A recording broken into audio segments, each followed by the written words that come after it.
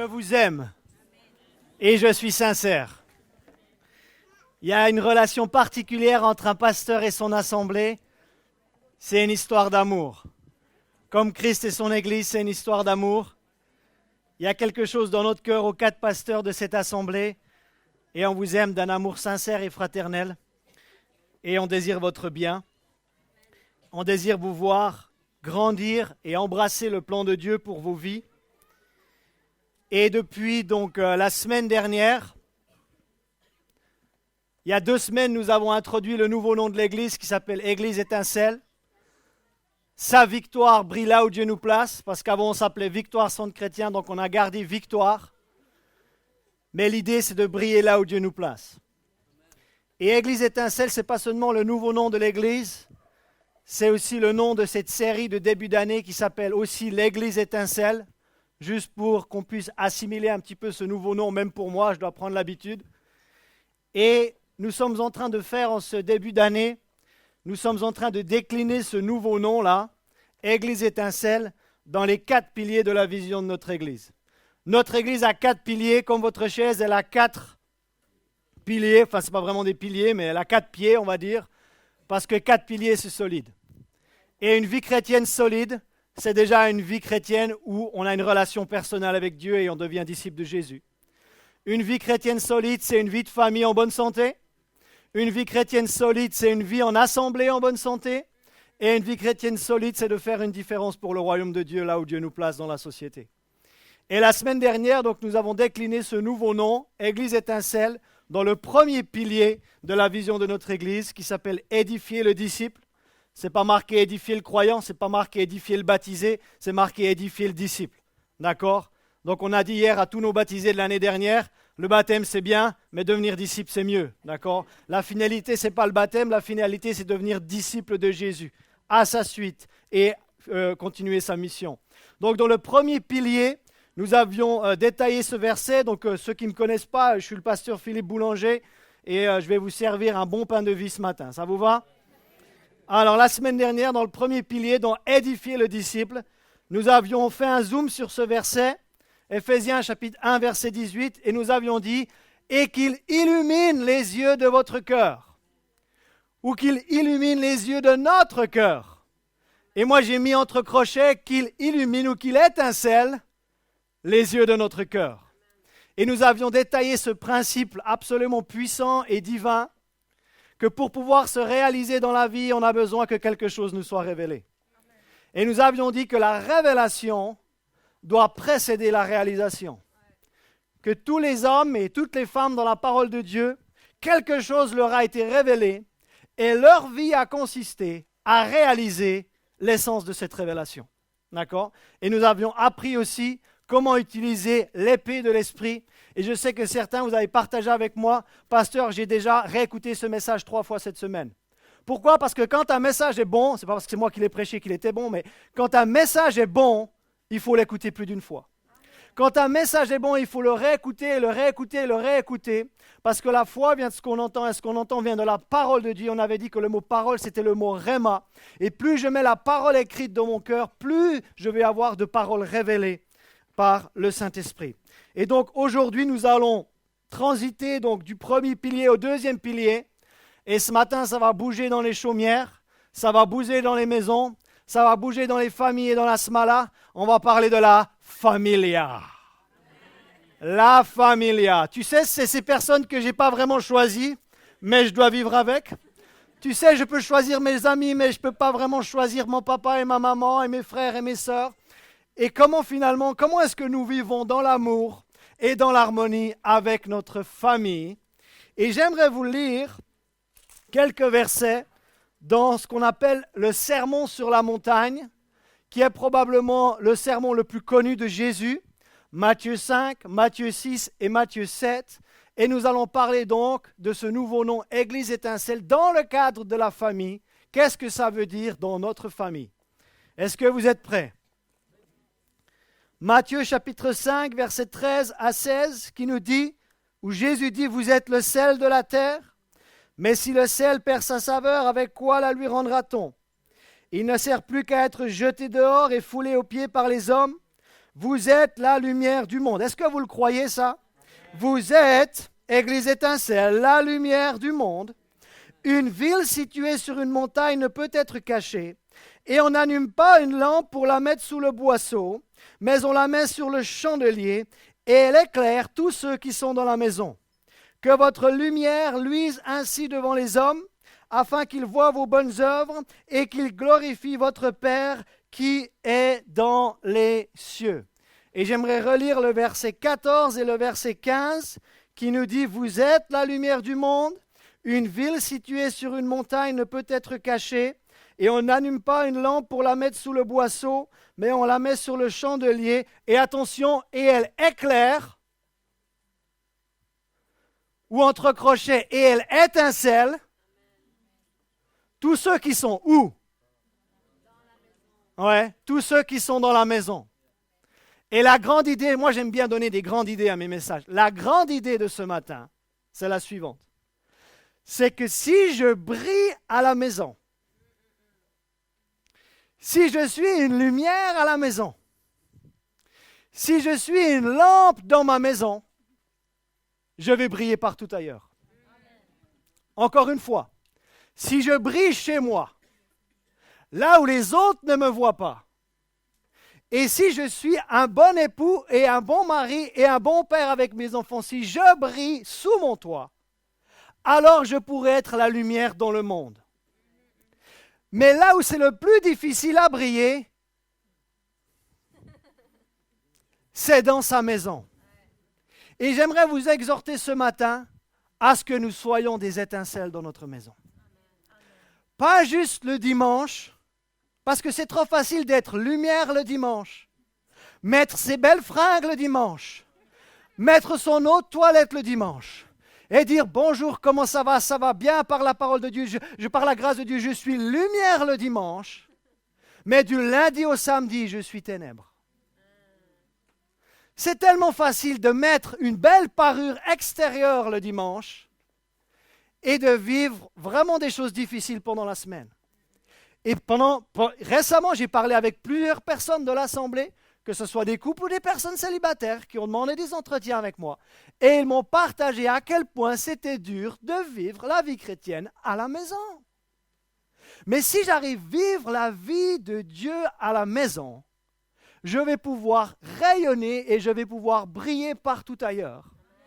Mais nous devons arrêter de croire ou nous devons arrêter de dissocier notre vie privée de notre vie publique. Il faut que notre vie publique soit l'extension de notre vie privée. Et si je brille dans ma vie privée, alors ça va être facile pour moi de briller dans ma vie publique.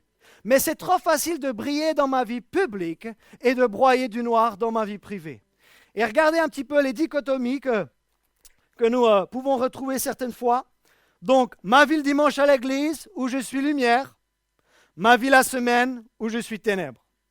Ma vie publique, où je brille. Ma vie de famille, où je broie du noir. Écoutez celui-ci, les hommes mariés, les femmes mariées. Je suis super agréable avec tout le monde.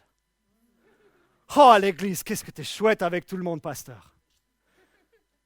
Mais avec ta femme et avec tes enfants, tu es exécrable. Et ça, ce n'est pas vraiment la vie de Dieu en nous.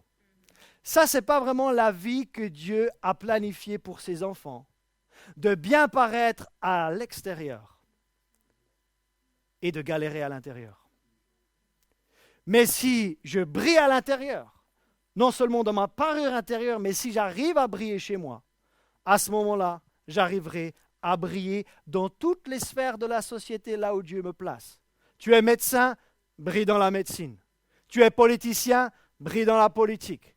Tu es footballeur, brille dans le sport, etc., etc. Et lorsque nous allons parler de briller dans le 4e pilier là, nous allons parler de briller là où Dieu vous place. Nous allons parler d'être un flambeau dans le monde et de déployer tous les disciples dans toutes les sphères de la société, dans tous les coins et recoins de la société, afin de gagner les gens à Christ là où vous travaillez. Ça c'est le 4e pilier. Mais d'abord, on va parler un petit peu de la maison. Et j'aimerais vous dire que une qualité ou un trait de caractère de la maturité spirituelle, c'est ce qu'on appelle, ou ce que la Bible appelle l'intégrité. L'intégrité. Qu'est-ce que c'est l'intégrité? L'intégrité, c'est que vous n'avez qu'un seul visage. Vous êtes le même à la maison, vous êtes le même au travail, vous êtes le même à l'église. Ça, c'est un homme ou une femme intègre. Quelqu'un qui fait preuve de duplicité, c'est quelqu'un qui a deux visages. Je suis quelqu'un à l'église, mais je suis un autre à la maison. Je suis quelqu'un au travail, mais je suis un autre à la maison. Je suis ange à l'extérieur et je deviens démon. Non, ça, c'est pas possible. Et l'hypocrisie, c'est quelqu'un qui a plusieurs visages.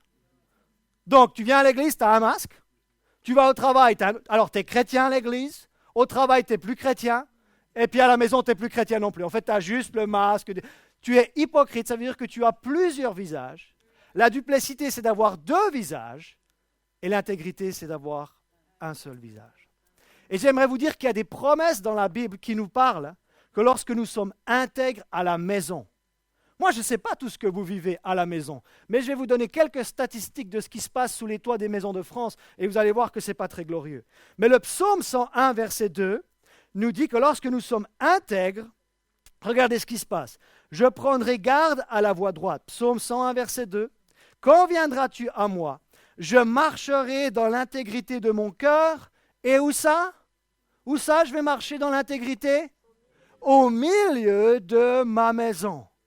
Je vais être bon avec mon épouse. Je vais être bon avec mes enfants. Est-ce que je suis toujours bon avec mon épouse? Est-ce que je suis toujours bon avec mes enfants? Je vais vous dire ceci, je vais en m'améliorant, gloire à Dieu. Mais imaginez, le but, c'est de vivre la vie abondante à la maison. De vivre l'amour à la maison. Pas la discorde, pas la division, pas les prises de tête, pas le faire qui aiguise le fer. Oui, certaines fois avec ma femme, certaines fois on était en voiture et après on s'est pris la tête et moi, elle a continué en voiture. Moi j'ai dit, moi je descends ici et après j'ai continué à pied. Ça arrive dans la vie d'un couple certaines fois, n'est-ce pas? Mais après 10 ans de mariage, on est toujours là. Oui, ça arrive certaines fois, il faut corriger ses enfants, il faut faire de la discipline. Parce que si nos enfants ne sont pas... Ce n'est pas l'école qui doit discipliner nos enfants, c'est nous qui devons discipliner nos enfants à la maison. L'école n'est plus en train d'instruire, elle est en train d'éduquer. Pourquoi? Parce que l'éducation n'a plus lieu à la maison aujourd'hui. Et les enfants font ce qu'ils veulent à l'extérieur. Mais si on commence à les éduquer à la maison, certaines fois, il faut lever la voix un petit peu à la maison. Il faut les discipliner chez nous. Et quand on les discipline à la maison, ils seront disciplinés à l'église. Quand ils sont disciplinés à la maison, ils seront disciplinés envers le patron. Ils vont faire preuve d'intégrité, mais ça commence dans la maison. Et il y a un autre verset, dans le Proverbe 20, verset 7, qui nous dit « Le juste marche dans son intégrité, et regardez sa descendance, heureux ses enfants après lui. » Donc un homme ou une femme intègre, c'est non seulement une bénédiction pour sa vie, c'est une bénédiction pour son patron, c'est une bénédiction pour son pasteur, mais c'est une bénédiction pour sa descendance. Voyez-vous, on regarde seulement la bénédiction pour notre génération. Quand est-ce que nous allons voir la bénédiction pour la génération future? Et dimanche prochain, je vais vous parler d'être une église pour la prochaine génération. D'être une église parce que si nous perdons la prochaine génération, nous allons perdre l'évangile en France. Mais si nous gagnons la prochaine génération à Jésus, et je vais vous parler des changements, des transitions qui doivent avoir lieu, ça va être prophétique dans le monde de l'Église, pour ne pas perdre la génération des moins de 40 ans, mais pour gagner cette génération à Christ, et pour que cette génération à Christ puisse bâtir sur nos épaules. Moi, je suis déjà dans la génération présente. La génération d'après, c'est les 40 mois. Moi, j'arrive bientôt à 40 ans, là. Si vous savez savoir mon âge, j'ai 38 ans dans 2 mois. J'arrive déjà à la fin de la génération présente, ou de la génération future. À partir de 40 ans, 40 plus, c'est déjà la génération présente. 40 moins, c'est la génération... Donc, désolé si vous avez 40 ans et plus. Vous aviez 40 ans pour briller. Maintenant, si vous avez 40 ans et plus, vous savez ce que c'est votre responsabilité? C'est de transférer tout ce que vous savez à la génération prochaine. Mais ça, on va le voir plus en détail la semaine prochaine. Donc, qu'est-ce qui se passe? Vu qu'on parle d'être une étincelle ou d'être une lumière ou une lampe dans notre maison, qu'est-ce qui se passe dans les maisons de France? Qu'est-ce qui se passe sous les toits dans notre pays là? Qu'est-ce qui se passe? Et nous n'arrivons pas à voir ces choses, mais je vais vous donner quelques statistiques qui sont des conséquences de ce qui se passe dans les maisons. Est-ce que vous êtes prêts? Cela fait 45 ans dans notre pays qu'on a donné le droit aux femmes d'avorter. Depuis 1975, depuis la loi Veil, une niçoise, sous la présidence de Valéry Giscard d'Estaing, nous autorisons dans cette nation d'avorter. Imaginez en 45 ans le nombre d'enfants, les milliers, voire les millions de vies qui ont cessé parce qu'on a privilégié le plaisir au-delà de la responsabilité. Donc cette loi me dit que, ou me donne un indice de ce qui se passe dans les maisons, on veut le plaisir charnel, mais on ne veut pas la responsabilité qui va avec. Et ça, c'est une conséquence de ce qui se passe dans les maisons. En 2013, sous la présidence de François Hollande, portée par Mme Taubira, ce pays, la France, ce beau pays que nous aimons, a légalisé le mariage pour tous, ou ce qu'on appelle le mariage aussi certaines fois homosexuel. Oh pasteur, on t'a jamais entendu parler sur cette question. Est-ce qu'on peut t'entendre un petit peu sur cette question? Comment est-ce que se positionne l'Église du Seigneur Jésus-Christ envers la communauté gay et envers la communauté lesbienne, envers la communauté LGBT? Comment est-ce qu'on se positionne? Vous savez comment on se positionne? On va les aimer. On va les aimer. On va aimer ces personnes parce que notre rôle en tant que chrétien, c'est d'aimer et pas de condamner. En revanche, on va aimer ces personnes, mais on ne va pas être OK avec leur style de vie. De la même manière que si vous avez une sexualité hors mariage, je vais vous aimer, mais je ne vais pas être OK avec votre style de vie. Pourquoi? Parce que la Bible ou la parole de Dieu conçoit la sexualité dans le cadre légal et sain du mariage. Donc, je vais vous aimer, que vous soyez homosexuel ou hétérosexuel. Mais je ne vais pas être OK avec le style de vie. Est-ce que vous comprenez la différence? On peut aimer quelqu'un sans cautionner tout ce que la personne fait. Et peut-être que vous allez m'aimer, vous n'allez pas cautionner certaines choses que moi je fais, que vous ne considérez pas forcément bonnes. Mais la base de la vie chrétienne, c'est d'aimer. C'est à l'amour que nous avons les uns pour les autres. Et il y a 130 000 ménages ou 133 000 ménages aujourd'hui en France qui sont composés donc de couples de même sexe. Imaginez que le nombre de divorces par an, qui est équivalent à 130 000, maintenant le nombre de divorces par an est maintenant compensé par le nombre de couples de même sexe qui sont en train de se former en France. Juste pour vous donner une idée, un petit peu que la famille biblique est en train d'être détruite par les lois de notre nation. Détruite, totalement ravagée, totalement ravagée. Maintenant, les familles monoparentales, et ces familles-là, je les aime plus que toutes peut-être, parce que je suis issu d'une famille monoparentale. Toutes les mères célibataires, vous êtes mes héroïnes. Tous les hommes célibataires, vous êtes mes héros, parce qu'il n'y a rien de plus difficile que de fonder ou de faire grandir et d'éduquer des enfants lorsqu'on est un homme ou une femme seule. Vous êtes mes héros et mes héroïnes. Et vous savez quoi? De 1975 à 2014, donc à peu près en 40 ans, ça a doublé le nombre de familles monoparentales en France. Et pasteur Sherilyn dirait, il n'y a pas seulement des familles monoparentales, mais il y a aussi des familles monospirituelles. Là où le conjoint est à Christ et l'autre n'est pas à Christ. Mais je vais vous dire qu'est-ce qu'on va mettre en place dans cette église pour que nous puissions revoir et réexpérimenter et revoir la bénédiction de Dieu dans nos familles. Qui veut la bénédiction de Dieu dans sa famille? Moi, je veux la bénédiction de sa famille. Il n'y a pas seulement l'État qui a légalisé le mariage homosexuel, l'Église a aussi autorisé le mariage homosexuel en France. La plus grande branche du protestantisme en France, ce qu'on appelle l'Église protestante unie de France, EPUDF, en 2015, elle a adopté une loi ou un décret, dans ce cas précis, qui dit que l'Église maintenant va aussi bénir les couples de même sexe, tout en donnant la liberté aux pasteurs. Ceux qui veulent le faire, le font, mais ceux qui ne veulent pas le faire, ça va à l'encontre de leurs convictions personnelles, et moi je fais partie de ceux-là, ils peuvent ne pas le faire. D'accord? Mais cela veut dire que l'Église s'est quand même prononcée, l'Église protestante de France s'est prononcée là-dessus aussi. Je vous ai déjà parlé du taux de divorce en France qui s'élève à peu près à 45%, ça représente 130 000 divorces par an, ce qui ça veut dire depuis 1972 que le taux de divorce en France, il a triplé. Depuis 1972 jusqu'à 2020, le taux de divorce en France a triplé. Et vous savez pourquoi les gens divorcent? La première raison, ou la raison principale pour laquelle les gens divorcent, c'est parce qu'il y a infidélité dans le couple. Infidélité dans le couple. Infidélité dans le couple. Certaines fois, il peut y avoir de la violence conjugale, etc. Violence conjugale, parlons-en. Le 23 novembre 2019, il y a eu une manifestation qui s'appelait « Nous toutes » contre les violences conjugales. Donc ça veut dire que sous les toits de France, il y a des... Alors là, c'était les femmes qui manifestaient contre les violences conjugales faites par des hommes, mais il y a aussi des hommes qui sont maltraités dans les foyers. Qu'est-ce que ça veut dire? Qu'est-ce que ça veut dire, Philippe, tout ce que tu partages avec nous? Que ce sont de lourdes conséquences de ce qui se passe dans les maisons de France. C'est grave ce qui se passe dans les maisons de France. Et on ne le voit pas, donc on ferme les yeux là-dessus. Mais regardez ce qui se passe aujourd'hui. C'était dimanche dernier, 19 janvier 2020. Maintenant, il y a la loi PMA. C'est la loi pour la procréation médicalement assistée, qui veut maintenant être étendue à toutes les femmes, et en particulier aux couples lesbiens. Donc, les adolescents, fermez-moi vos oreilles un petit coup, parce que vous devriez être dans vos classes. Les adultes, ça va? Vous n'êtes pas choqués que je parle de ça à l'église? C'est la société d'aujourd'hui. Allô?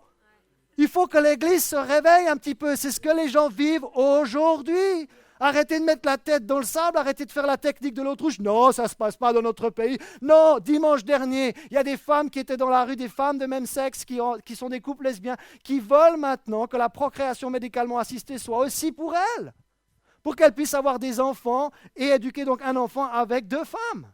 C'est aujourd'hui. Et 2 hommes. Et le 12 janvier, quand on a lancé le nouveau nom de l'Église, TF1 a fait un reportage atroce. Atroce. J'étais fâché parce que moi j'ai fait du journalisme et je peux vous dire que j'étais fâché de ça. Pourquoi j'étais fâché? Parce que l'angle qu'ils ont attaqué, ils ont pris des cas de personnes chrétiennes qui avaient des tendances homosexuelles et ils ont montré comment l'Église essayait de délivrer ces personnes. C'était un angle monstrueux. Ils ont fait croire que l'Église, on était des monstres et que ces personnes avaient ces tendances naturelles-là, etc. Au lieu de dire, ces personnes aiment Dieu, et ces personnes ont des tendances homosexuelles, comment est-ce qu'on peut les aider ou qu'est-ce que fait l'Église pour les aider? Moi, je connais un grand ministère aux États-Unis à Atlanta, et les homosexuels que l'Église arrive à aider, ce sont ceux-là. Ce sont ceux qui aiment Dieu, mais qui ont des tendances envers quelqu'un du même sexe. Vous savez quoi? Il y a les homosexuels radicaux, qui font ça avec plein de partenaires, mais il y a les homosexuels qui aiment Dieu, qui veulent, mais qui sont encore pris dans une certaine pratique sexuelle.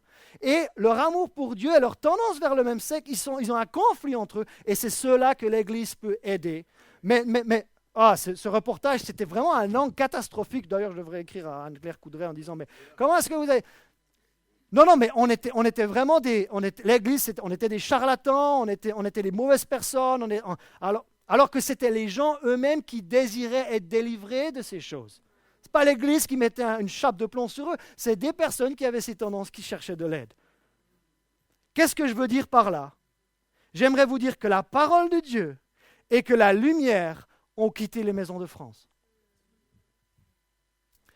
Toutes ces statistiques-là, toutes ces lois érigées depuis les années 70, depuis mai 68 pour les 68 arts, toute cette liberté qui est arrivée, qu'on a cru qu'elle allait être une bénédiction, tout ça a été le début de la décadence morale de la France. Et vous pouvez réformer le système des retraites, tout ce que vous voulez. Mais tant qu'il n'y a pas une morale qui revient dans le pays, il n'y aura pas la bénédiction de Dieu qui va revenir sur le pays. Donc moi, j'ai arrêté de me fatiguer à édifier l'Église. Maintenant, mon mandat, c'est d'édifier les familles. Et si les familles dans cette Église sont en bonne santé, alors l'Église sera en bonne santé. Mais à quoi ça sert d'avoir une grande Église avec beaucoup de familles et les familles à l'intérieur de cette Église sont en mauvaise santé? À quoi ça sert?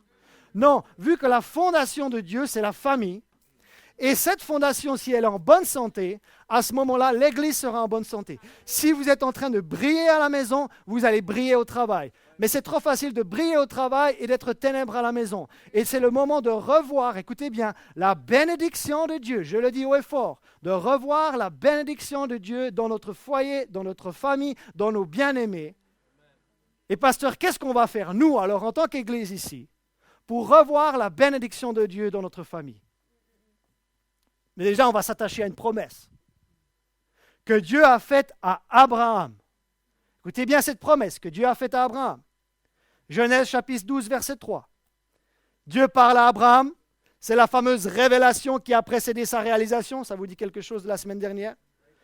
Dieu dit à Abraham, Abraham, je bénirai ceux qui te béniront et je maudirai ceux qui te maudiront.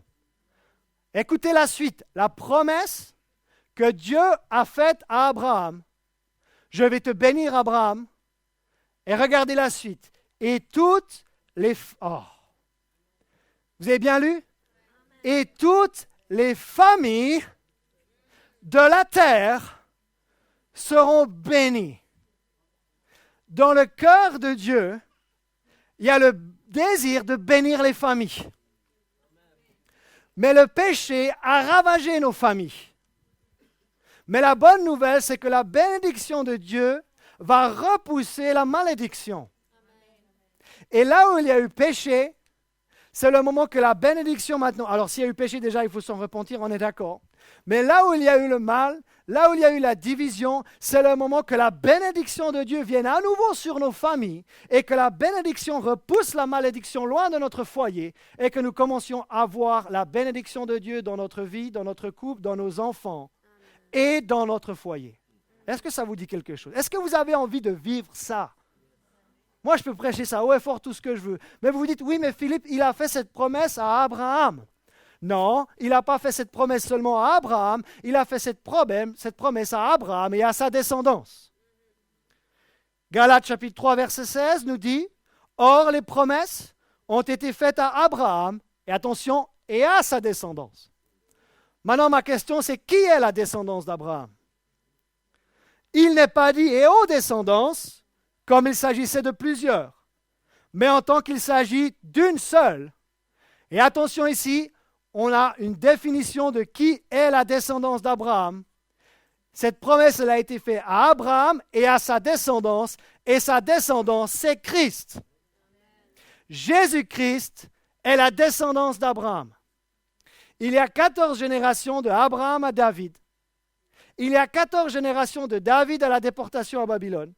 Et il y a 14 générations depuis la déportation à Babylone jusqu'à Christ. Ce qui veut dire que Jésus-Christ est un descendant d'Abraham. Ce qui veut dire qu'en Abraham, écoutez-moi bien, là la révélation pour aujourd'hui, en Abraham, seulement les familles juives de la terre pouvaient être bénies.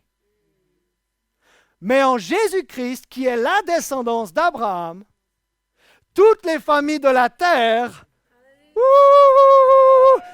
Toutes les familles de la terre peuvent être bénies si elles sont en Christ. Parce que Jésus est non seulement un descendant d'Abraham, un descendant naturel d'Abraham, mais il avait aussi en lui les promesses de la nouvelle alliance. Et une des promesses de la nouvelle alliance, c'est que l'extension de la bénédiction ne soit pas seulement sur le peuple juif, mais que les païens entrent aussi dans la bénédiction du Dieu d'Abraham, d'Isaac et de Jacob, et que les familles des païens qui sont maintenant en Christ soient aussi bénies de Dieu. Ouh. Je vous ai dit, je n'ai pas besoin de substances illicites, moi. La parole de Dieu, ça me suffit. En Christ, repartez avec ça aujourd'hui. En Christ, ma famille est bénie. Ça, c'est ce qu'il faut que tu crois. Ça, c'est ce qu'il faut que tu déclares. Ça, c'est ce qu'il faut que tu médites. Et si tu n'es pas en train de voir la bénédiction de Dieu dans ta famille, c'est le moment de croire ce verset de tout ton cœur. Que en Jésus-Christ, ta famille, elle, est bénie. Et je vais vous donner la preuve biblique. Si on continue dans Galates chapitre 3, verset 29, qui nous dit « Et si vous êtes à Christ, vous êtes donc la postérité d'Abraham, héritier selon la promesse. » Quelle promesse? De voir toutes les familles de la terre bénies. Allô? En Christ, cette promesse, elle n'est plus seulement pour Abraham. En Christ, cette promesse, elle est pour toutes les familles de la terre. Et moi, je veux voir la bénédiction de Dieu dans ma famille. Est-ce que vous voulez la bénédiction de Dieu dans votre famille? Est-ce que vous voulez voir cette substance céleste et de voir votre famille prospérer, esprit, âme et corps? De voir des couples chrétiens mariés, heureux. Est-ce que ça existe ça encore au XXIe siècle? J'aimerais te dire que si tu te maries, tu appelles la bénédiction de Dieu sur ton mariage et que tu vas vivre cette bénédiction sur ton mariage. Est-ce que ça existe de voir encore des jeunes, des ados et des enfants qui en veulent pour le Seigneur? Hier, il y avait quelque chose pour les adolescents et ils en veulent pour Dieu et ils aiment Dieu et il y a des gens qui s'investissent pour eux. Gloire à Dieu. Nous allons voir notre postérité bénie. Notre descendance bénie. Ouh! La bénédiction de Dieu. Maintenant, qu'est-ce que nous allons faire en tant qu'Église? Qu'est-ce que nous, on va faire? Pour revoir la bénédiction de Dieu reposer sur nos familles, parce que c'est le dessein de Dieu et c'est le plan de Dieu. Et de voir à nouveau la lumière de l'Évangile briller dans nos maisons. Est-ce que ça vous intéresse de savoir ce qu'on... Vous savez comment vous allez trouver votre raison d'être? C'est d'abord en trouvant un problème. Pasteur, j'ai assez de problèmes dans ma vie. Ne me dis pas de trouver encore un problème. Pourtant, quand ta vie devient la solution ou quand ta vie solutionne un problème, ta vie devient pertinente. Et pour que l'Église soit pertinente au XXIe siècle, il faut comprendre les défis de la société au XXIe siècle. Raison pour laquelle je vous ai présenté quelques faits de ce qui se passe dans la société aujourd'hui, en France, au XXIe siècle, pas aux États-Unis, pas en Corée, pas en Afrique du Sud, ici. Et comment nous allons nous positionner pour être une solution face à ces défis. Et quand ta vie devient une solution à un défi, tu commences à avoir du plaisir. Pourquoi? Parce que tu as l'impression d'avoir de l'importance. Et l'Église est importante. Pourquoi? Parce qu'elle va répondre à ces défis, de ramener la bénédiction de Dieu dans nos familles et de ramener la lumière de l'Évangile. Donc, qu'est-ce qu'on va faire? Premièrement, dans cette Église, nous proposons, et là je vais vous faire quelques annonces en plein message, nous proposons du ministère aujourd'hui pour toute la famille. Vous avez un enfant entre 0 et 11 ans, il y a quelque chose le dimanche matin pour eux. Vous avez un adolescent entre 12 et 18 ans, et il y a 2 rendez-vous par mois pour eux. Vous avez un jeune adulte qui a entre 18 et 30 ans, ils se retrouvent cet après-midi à 14 h entre eux. Vous êtes un homme, super, on va manger des crêpes et on va jouer au ping-pong dimanche prochain. Mais le dimanche de Pâques, on va aussi partir en retraite spirituelle et on va aller un petit peu marcher ensemble et on va un petit peu partager les défis d'un homme aujourd'hui. On va parler ensemble, on va marcher ensemble, on va manger ensemble. On va aller un petit peu plus en profondeur que jouer au ping-pong alors que je suis très fan de ping-pong. Mais qu'est-ce que ça veut dire d'être un homme de Dieu au XXIe siècle? Qu'est-ce que ça veut dire d'être le responsable d'une famille? Et on va confronter un peu nos défis, un peu nos conflits. Et partager entre hommes. Mais il y a aussi quelque chose pour les femmes. Samedi prochain, le 1er février, les femmes vont partir à Marseille, passer du temps entre elles. Et cette année, la nouveauté, on va lancer quelque chose pour les couples mariés. Oh, quel enthousiasme! Non, pasteur, mon couple, il va tellement bien, mon couple, il est tellement en forme. Je n'ai pas besoin des sessions mariées pour la vie.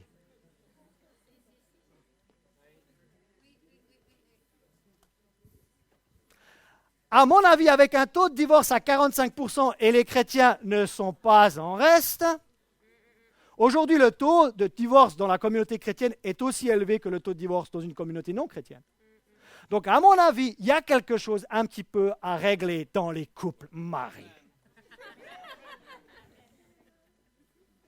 Et le 14 février, date de la Saint-Valentin, nous lançons 12 sessions, ça va avoir lieu tous les 2 mois, 12 sessions d'une formation que nous avons suivie avec ma femme. D'abord, on l'a suivie pour nous parce qu'on avait aussi envie d'être formés sur le mariage, d'avancer dans notre mariage. On a 10 ans de mariage, mais on n'est pas arrivé dans notre mariage. Et éviter les sessions où moi je reste sur la route et elle continue avec la voiture. Voilà. Il y a des choses à améliorer, d'accord? Oui, elle ne m'a pas forcé, d'accord? C'est moi qui suis sorti. Mais vous savez quoi? Quand on se retrouve en couple, on s'amuse. Attendez-vous à vous amuser lorsque nous allons nous retrouver en tant que couple marié. Donc les célibataires, vous savez ce que vous allez faire? Vous allez faire le babysitting des couples mariés, d'accord? Vous allez garder les enfants pendant que le 14 février, là, les couples mariés, ils vont venir, d'accord? Et ça va être notre première session de mariés pour la vie. Qui peut venir? Qui peut venir? Chaque couple marié peut venir. Si dans le couple, il y en a un qui est chrétien, l'autre n'est pas chrétien, arrivez ensemble, d'accord? C'est pas grave si le conjoint n'est pas chrétien. La condition, c'est d'être marié, d'accord? Parce que c'est destiné aux couples mariés. Maintenant, si je suis marié, mais mon conjoint ne veut pas venir, désolé, vous ne pouvez pas venir. Ça n'a aucun sens de venir sans sa femme ou sans son mari, d'accord? Soit vous venez les deux, soit vous restez les deux à la maison, d'accord? Mais moi, je vous conseille de venir les deux, de faire garder les enfants par les célibataires de l'église, ok? Et ensuite, on va passer du bon temps. Tous les 2 mois, nous allons nous voir entre couples. On va donner quelques bases bibliques, mais le but, c'est de s'amuser, de se faire des amis, que d'autres couples se fassent des amis et qu'on passe du bon temps ensemble, d'accord? Tout en regardant ce que la Bible de Dieu, la parole de Dieu a à nous dire. Ah, moi, je suis enthousiasmé par ces sessions-là, mariés pour la vie. Une autre chose que nous allons lancer cette année, et ça tombe bien parce qu'ils sont là ce matin, c'est les pasteurs fondateurs de l'église Victoire Centre Chrétien, les missionnaires John et Laura Madan. Faites un petit coucou.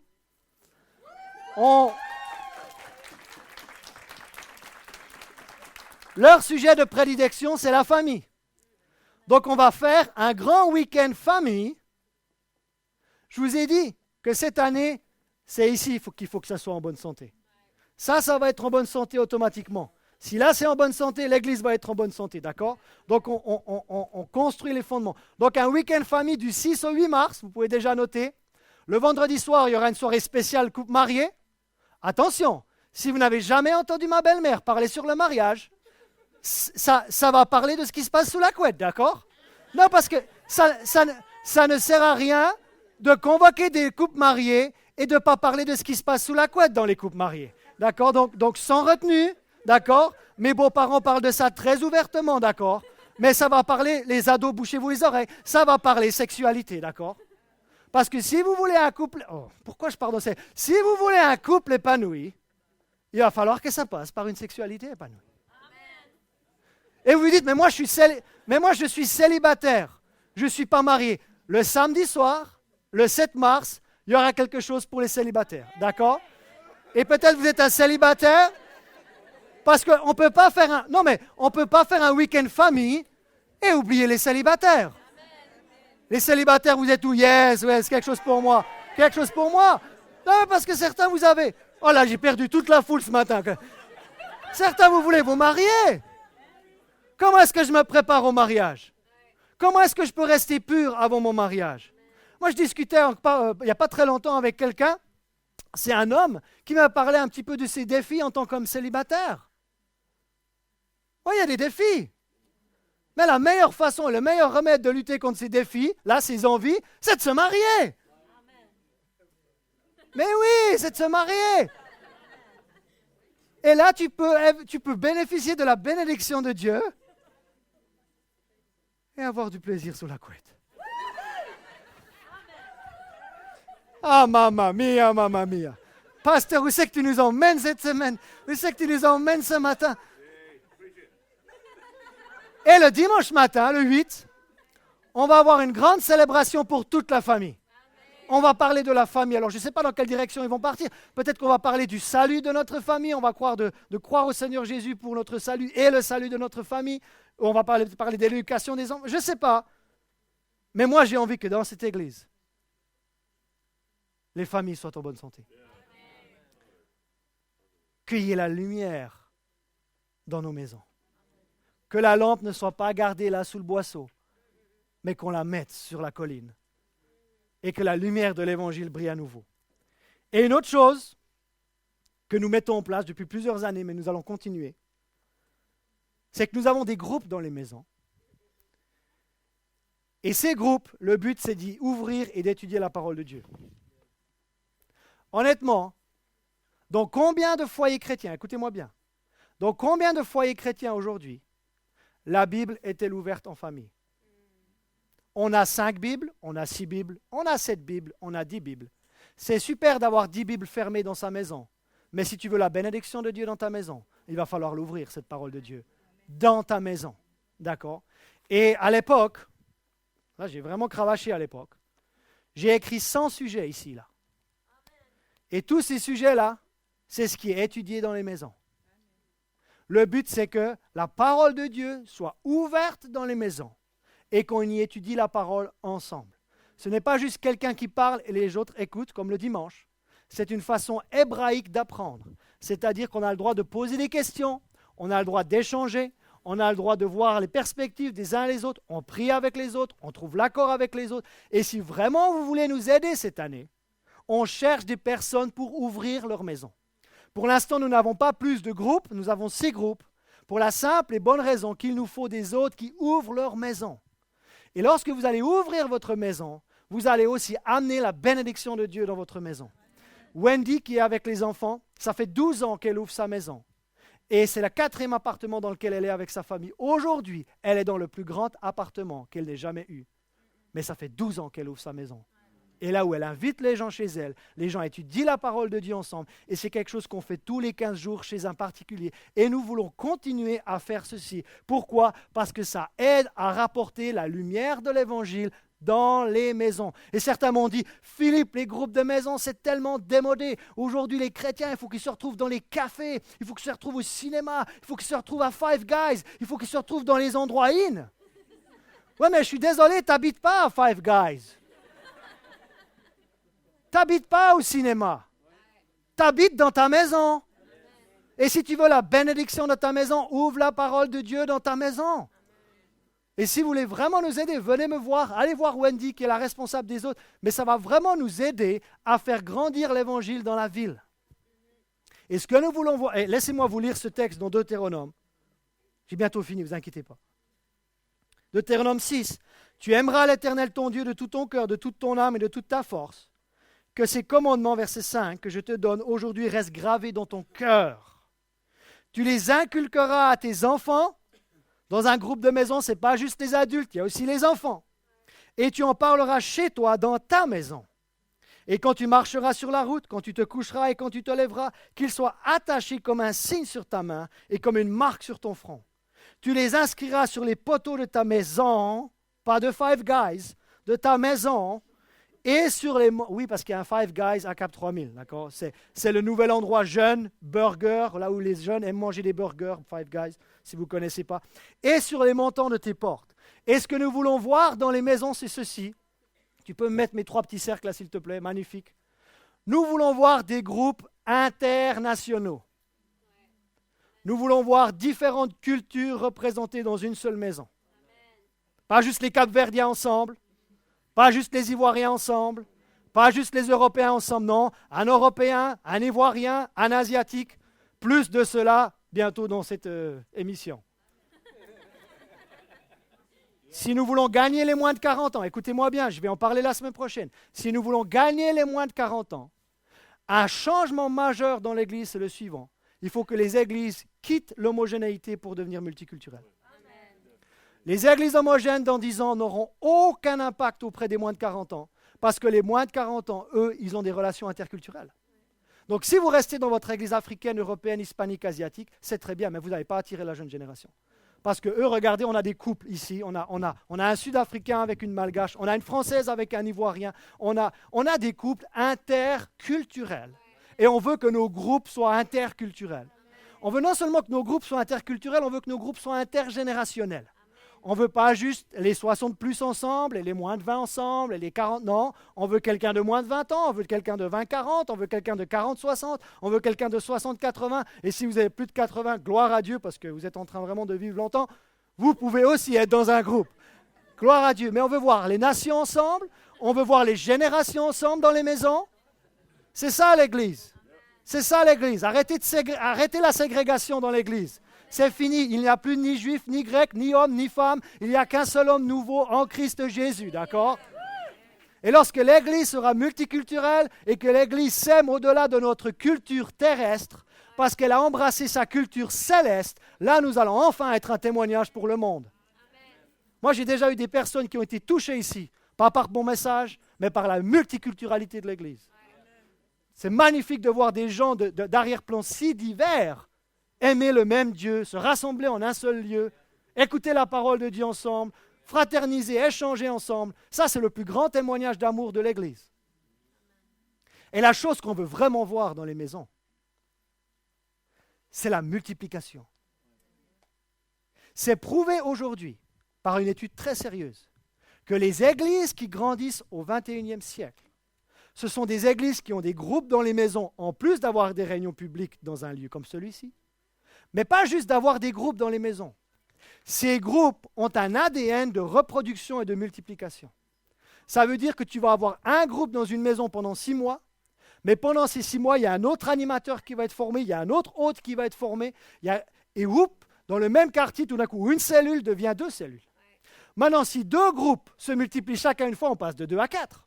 Si 4 groupes se multiplient chacun une fois, on passe de 4 à 8. Et des groupes qui se multiplient dans la ville, c'est comme ça que l'évangile atteint les gens. Il y a des gens de Nice-Est qui ne vont jamais venir ici. Il y a des gens de La Turbie qui ne vont jamais venir ici. Il y a des gens de Nice-Ouest ou de Colomar ou d'Aspremont ou Falicon, ils ne vont jamais venir ici. Mais s'il y a un groupe dans leur quartier, tout d'un coup, il y a quelque chose qui est plus proche d'eux. Et là, on va commencer à toucher des personnes qui ne vont jamais mettre les pieds au 11 passage Grégoire, même si on a un nouveau nom qui s'appelle l'Église étincelle.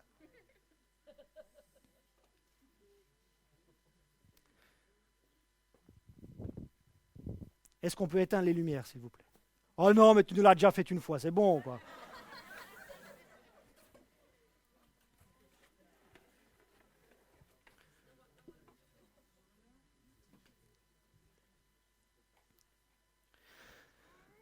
Cette lampe, elle m'est très chère. Ça doit être celui d'en haut, là, Gérard. Ah, c'est là-bas? Il y a encore un interrupteur à éteindre. Cette lampe, elle m'est très chère. Parce que c'était la lampe à ma grand-mère. Et cette lampe, elle est particulière parce que quand tu la touches, l'intensité lumineuse change. Et je finis avec ça ce matin. Peut-être que c'est noir dans ta maison. Tu es chrétien, il n'y a pas de souci. Mais chez toi, il y a certaines habitudes, une certaine atmosphère et certaines actions qui t'embêtent encore. Et ta maison n'est pas un havre de paix. Dans ta maison, il n'y a pas la lumière. Dans ta maison, il n'y a pas d'étincelle. C'est lugubre. Et j'aimerais vous dire, une des raisons pour laquelle nous nous appelons Église Étincelle, c'est que là où c'est ténébreux dans les maisons et dans les familles, Paul il nous dit qu'il y a 3 choses qui demeurent, la foi, l'espérance et l'amour. Et si c'est vraiment ensemble dans ta maison et dans ta famille en ce moment, division, problème d'héritage, on aimerait juste, en s'appelant Église Étincelle, on aimerait juste apporter une lueur d'espoir chez toi. Juste te dire, n'abandonne pas la partie. Continue à avoir et à croire que la bénédiction de Dieu, elle est pour toutes les familles de la terre. Ça, c'est juste, on veut juste vous donner de l'espoir. On veut juste vous donner une espérance. De dire, ce n'est pas la finalité ce que je suis en train de vivre. C'est les conséquences du passé, c'est les conséquences de certains actes ou de certains péchés. Mais maintenant, je veux vivre la bénédiction de Dieu chez moi. Je veux retrouver l'espérance. Et certains, vous êtes au-delà de l'espérance. Certains, vous êtes dans la foi. Il y a la foi dans votre foyer. Votre lumière est plus étincelante. Et vous commencez à avoir une transformation dans votre foyer. Vous commencez à croire non seulement pour votre vie, mais vous commencez à croire pour toutes celles et ceux de votre entourage et de votre famille et de votre maison. Peut-être que vous êtes le premier chrétien, mais vous n'êtes pas le dernier chrétien. Parce que ma Bible dit, crois au Seigneur Jésus et tu seras sauvé, toi et toute ta famille. Mais voyez-vous que ça recommence d'abord avec une lueur d'espoir. Ensuite, de l'espoir, on passe à la foi. Mais ce qu'on veut vraiment vivre chez nous, c'est l'amour. Le plan de Dieu, c'est qu'on s'aime les uns les autres dans notre maison. Il y a 3 choses qui demeurent. La foi, l'espérance et l'amour. Mais la plus grande de ces choses, c'est quoi? Est-ce que vous êtes d'accord? Qu'on revienne à la base de l'évangile. Aimer Dieu. Aimer son prochain. Et son prochain, c'est aussi sa famille. Et vous savez ce qu'on va faire là à l'instant? Vous vous attendez à ce que je prie pour vous, n'est-ce pas? Je ne vais pas prier pour vous. Si vous êtes venus en famille ce matin, vous allez prier ensemble. Non, pasteur, le dimanche, c'est toi qui pries. Le dimanche, ce n'est pas nous qui prions. Si vous êtes venus en famille ce matin, vous allez rassembler vos bien-aimés là dans les minutes qui suivent. Et vous allez vous mettre ensemble. Et vous allez prier ensemble. Et vous n'allez pas seulement faire ça le dimanche matin, vous allez reproduire ça aussi dans votre maison. Parce que moi, je peux vous dire qu'une famille qui prie ensemble est une famille qui reste ensemble. Mais vu qu'on a, même dans les familles chrétiennes, on ne prie pas ensemble, on ne lit pas la Bible ensemble, on a écarté tout ça de notre foyer, comment pouvons-nous nous attendre à vivre la bénédiction de Dieu dans notre famille? Et vous dites, mais moi je suis venu tout seul, je n'ai pas de membre de ma famille avec moi. Vous savez quoi? Mettez-vous avec quelqu'un qui est aussi venu tout seul et commencez à prier pour vos familles aussi. Est-ce que vous êtes prêts? Vous avez le droit de bouger, d'accord? On peut allumer les lumières aussi si vous voulez. Gloire à Dieu. Pasteur Peter, est-ce qu'on peut avoir un peu de piano peut-être? Famille, priez ensemble. Couple, priez ensemble. Ça c'est puissant. Ça c'est puissant. Ça c'est puissant. Gloire à Dieu.